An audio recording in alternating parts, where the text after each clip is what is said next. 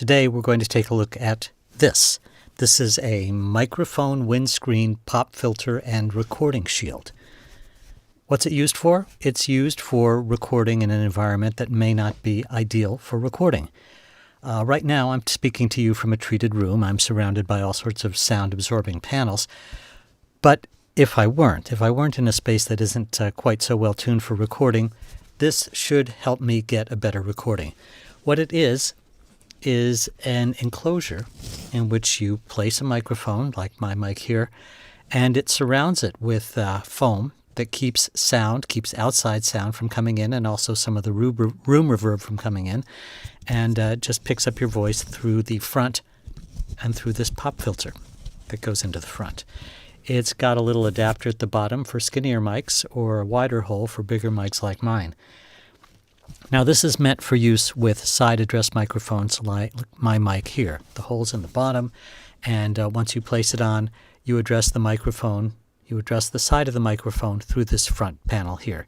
You can't use a top address microphone like this because there's no hole in the back to put it in. Okay, let's put it on. It's now over my mic with the pop shield facing me. It's down to the shock mount for my mic, not all the way down, but the mic is far enough in it that the element that picks up my voice is fully contained inside the foam. So what does it sound like?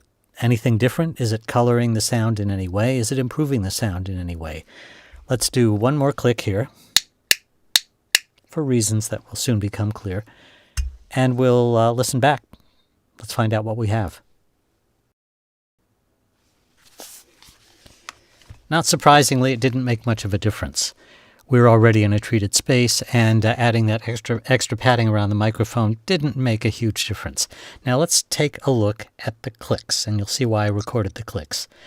In the first row here, the click is, these are the clicks that I recorded before we put the cover on. In the second row are the clicks that we recorded after the cover was on. Now you'll notice, looking at the time scale at the top, it takes about 100 milliseconds for the click to die out from the initial loud impulse until it's pretty much died out. And that was pretty much the same before or after I put the shield on. So now let's take this to a more challenging location to see how it works in a more real-world type of place. For this part of the test, I'm standing outside of my office at the top of the stairwell. It's the most resonant part of the house, and there's some weird echoes here in this part of the house. You hear those echoes. You maybe even hear some thumping from my solar inverter just outside the wall here. Now, mics like this weren't designed to be handheld, but I'm doing it so I can make use of this adapter here and get a really tight fit. So let's give it a try and see if it affects the sound at all.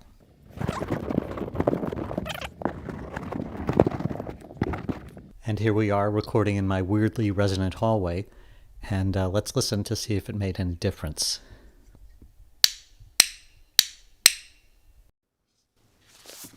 Did it help? I think it helped a little. I think it took some of the ring out of the room reverb, and let's take a look at the waveforms for the clicks. Now you'll notice the clicks that I captured before we put the filter on take about 400 milliseconds to decay, obviously much longer than when I was in the treated space. After I put the filter on, they are abbreviated just a little bit. They take, it looks like, about 300 milliseconds to decay.